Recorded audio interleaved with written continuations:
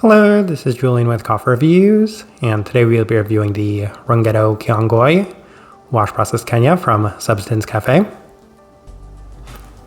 And there's the bag right there. And Substance, based out of Paris, France. And this is their first ever appearance on this channel, as they're a coffee roaster I had zero familiarity with going into this review. And despite the fact that I had never had any of Substance's coffees before this review, they are a coffee roaster that we have been discussing on this channel quite a bit over the last few weeks. And that's primarily due to the fact that they were the biggest influence for Min-Max, which was the roaster of our September 2024 Coffee of the Month. So I was definitely excited to acquire some of Substance's coffees for a couple of reasons. The first of which being that I'd personally always wanted to review their coffees, but the second reason being that I wanted to see how they did influence a coffee roaster like Min-Max. So it'll be interesting to see how it's turned out, as this right here is day 55.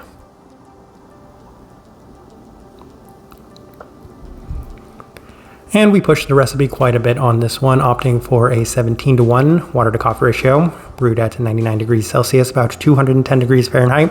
And I like this one best through the V60, which typically indicates a more medium fine grind. However, we went a little bit more fine on that grind as well. Now, roast profile for this coffee. A lot of people know that Substance is one of the lightest roasting coffee roasters actually in the entirety of the world. And I can definitely say that they are extremely light by the experiences that we had from all of their coffees, this one included, which is to say that this one is on the extremely light side of things by most standards and metrics. With all that out of the way, let's go ahead and start discussing this coffee. Day 30, first impression, and we did opt for the V60. And this coffee was mostly in line with expectations, but the biggest takeaway I had was that it did have a nice bit of intensity for a coffee that was roasted in this light of a profile, as oftentimes I've had some mixed results with extremely lightly profiled coffees, especially from the first time brewing it. So I was very happy to see that it did turn out that way with a much more clean profile to it as well. There's a slight bit of savoriness that's presented in a much more palatable sense, as it wasn't necessarily dominating the entirety of the coffee. In addition to that, a bit of red florals and some herbal tones lending itself towards a pretty nice first impression. Day 33 opted for the Chemex, and there were similar experiences this time around, as there was a slightly heavier focus on the black tea-like savoriness to the cup. In addition to that, the red fruit brightness continues to remain an ever-present quality within this one, and it's a slightly toned down herbality also present within the finish. So first couple of days, very much in line with a lot of the expectations for a Kenyan coffee, though definitely above my expectations given the profile of this coffee. We move on at day 36 to the April brewer, and there's much more of the expected red fruit brightness this time around, as the coffee continues to skew in a much more traditional Kenyan-like aspect with a bit more sweetness to it. Overall, the intensity feels improved with a lingering savoriness in the finish, so mixed results, a little bit more intensity, a little bit more sweetness, at the same time a little bit more savoriness, so I kind of attributed that to the coffee opening up with just a little bit of added time to it. Day 39 through the V60 with some higher temperatures and a more fine grind, also a lower concentration, and the coffee did hold up very well when pushed. So I should start with this. Usually this fourth time brewing a coffee, we opt for a coffee roaster's recipe, and what happened was I didn't actually know that Substance had a recipe for their coffees. I didn't look at the website closely enough, but upon reflection we did correct that from this point going forward. But on this day we did decide to go in the direction that I normally would have gone with this coffee, and it seemed to pay off, as there was still some very nice intensity with an overall savory quality toned down in place of a sweeter, cleaner, and brighter cup. All of the things that I was looking for within this coffee, so I was very happy with the way that it turned out. Finished with a slightly sweeter vanilla aspect too, so it was the best day by far that I'd experienced of this coffee. We move on to day 42 as we opted for the Chemex with Substance's recipe, and the coffee was expectedly toned down because Substance's recipe actually brews with some very low temperatures relative to the way we usually brew our coffees, and interestingly, relative to the way that I personally would have brewed this coffee, as you can see from the adjustments we had made up to this point. In addition to that, it did have a bit more of a citric quality and a very lingering herbal tone to it. It didn't necessarily feel like the ideal brew method for this coffee, or at least with the recipe that we had gone with for this day, so I felt like we definitely needed to adjust. And on day 45, we went to the V60 with Substance's recipe, and this time the coffee felt significantly more Kenyan-like, as there's plenty of the expected brightness and red berry aspects with a bit more of the savoriness in both a tea-like and slightly tomato-like sense. In addition to that, there's plenty of red floral aspects and the herbality as well.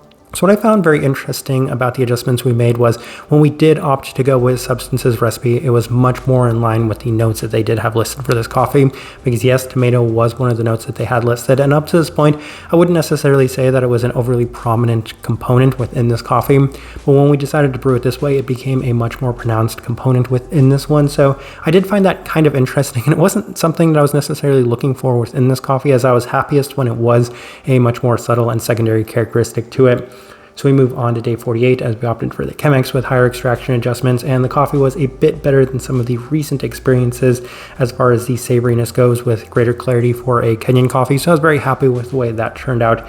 A slight bit more sweetness and better definition to the berry traits. So this was surprisingly a nice day. I think the biggest takeaway I had from that adjustment was essentially that I do prefer this coffee with some higher extraction adjustments. And that's why on day 51, we opted for the V60 with the recipe we had opted for on day 39. And it was the best it had been to this point. So I definitely feel like this coffee will continue to improve from this point going forward, as it has the most amount of intensity to it, with a slight vanilla-like sweetness and plenty of the Kenyan traditionality, focused on the more red fruits, as well as the complementary tart citrus and some slight darker stone fruits as well.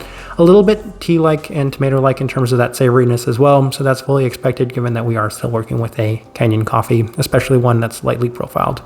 All right, let's go ahead and put up the tasting wheel so you can see what we're getting.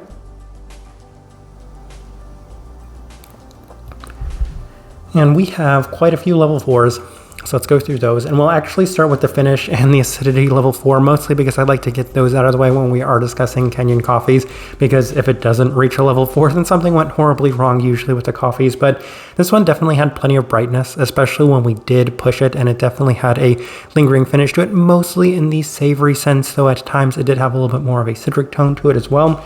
So I'm actually quite happy with the way that those finished, mostly because they did offer a sweeter finish as well, relative to some of the average Kenyans that we do review on this channel as well. We move on. Florality, level 4. I feel like that's become a little bit of a theme when it comes to Kenyan coffees in general, that we rarely score a Kenyan coffee lower than a level 4, as this one definitely had some, I would say, pretty well-defined floral aspects to it, especially in that red floral sense. Most notably, as I usually like to describe it, being in a little bit more of a hibiscus-like sense. So level 4 definitely felt the best place to put that one. We move on, berry fruit, level 4. I feel like I'm just kind of going over what you would expect for a Kenyan coffee, because once again, it'd be really surprising if a Kenyan coffee didn't score a level 4 in terms of the berry aspects, and unsurprisingly, they did have a berry note listed on here. It was definitely bright and tart in that sense, so definitely plenty of the berry-like attributes within this one. We'll move on to the level 3s. We'll start with the most important one, which is the sweetness at that level 3. So even though this coffee did have a little bit more sweetness and a little bit more intensity, I would say that it didn't quite reach the same level as some of the much more sweeter Kenyan coffees that we have reviewed this year. So even though I would say it's above average in that sense, it isn't necessarily to the same extent as some of those experiences we had. I would say a lot of the key coffees have actually turned out that way, interestingly enough. So for this one, left it at that level 3. We'll move on to the citrus fruit, also a level 3. I mentioned that there's a little bit of that kind of citric-like aspect that complements the rest of this coffee, which is once again another common theme with a lot of the Kenyan coffees that we do review. Stone fruit, level 3. I would say a little bit more of those darker stone fruit aspects, a slight bit of plum, though at times I would say it was pronounced enough, mostly because the coffee was clean enough to justify it being there at that level 3 mark, a little bit more in that intermediary range. We move on to the body, level 3. Definitely plenty of body within this one. Of course, we are working with a Kenyan coffee, so that classic juicy body is present within this one. And now the really important things that I do have to discuss with this coffee, and those are the two things I've saved for last. The cleanliness at that level 4 and the savoriness for level 3. And I feel like I've said in the past that anytime a Kenyan coffee does score a level 3 in terms of the savoriness, it's usually difficult to justify scoring a level 4 in terms of the cleanliness for the coffee. This one is a very notable exception, mostly due to the fact that the savoriness comes in a little bit more of a tea-like sense as opposed to that tomato-like sense. And then outside of that, I would say that the coffee outside of that, once again, just seems to have a really nice level of cleanliness and clarity to it all around, as it's not necessarily hindered by a lot of these smaller things. You can see like the saltiness toned down, you can see the chocolate toned down, you can see the smokiness toned down, the caramel's toned down, mostly because it has a slight candied aspect to it. A lot of the other things within this coffee are just toned down, mostly because there's a very nice hyper focus on a lot of the components that are present within this one. And that's why I justified the level 4, because it did have a nice bit of cleanliness relative to most Kenyan coffees as well. So I was happy to put it there at that level 4 mark. And that savoriness, while there is a little bit of that tomato-like aspect to it, I would say that that isn't necessarily what justifies the level 3. That's much more of the tea-like aspects, though at times I would say that tomato is pronounced enough to justify that level 3. And I feel like at that time I could probably take away from the cleanliness at that level 4 mark. But outside of that, the way I brewed this coffee, I feel like that's a good representation of what we were experiencing from this one. All right, so my overall thoughts and impressions of this coffee. Well, let me start with this. We are reviewing 4 coffees from Substance, and this one was my favorite, my least favorite of those 4 coffees.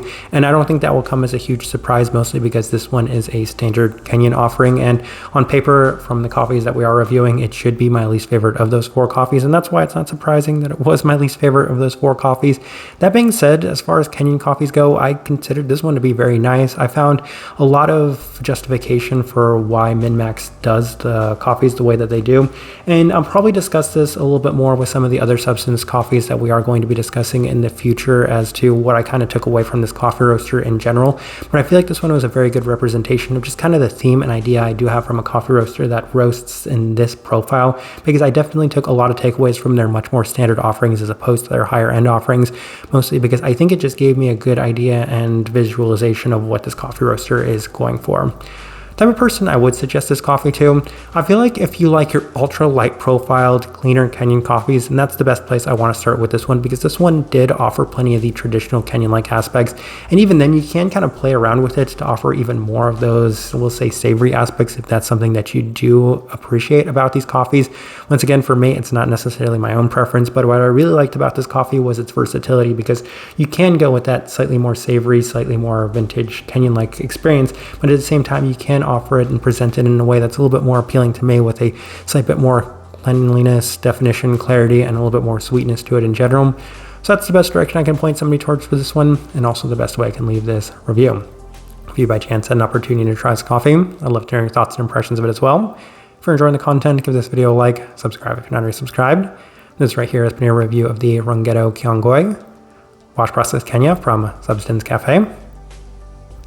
Thank you for watching.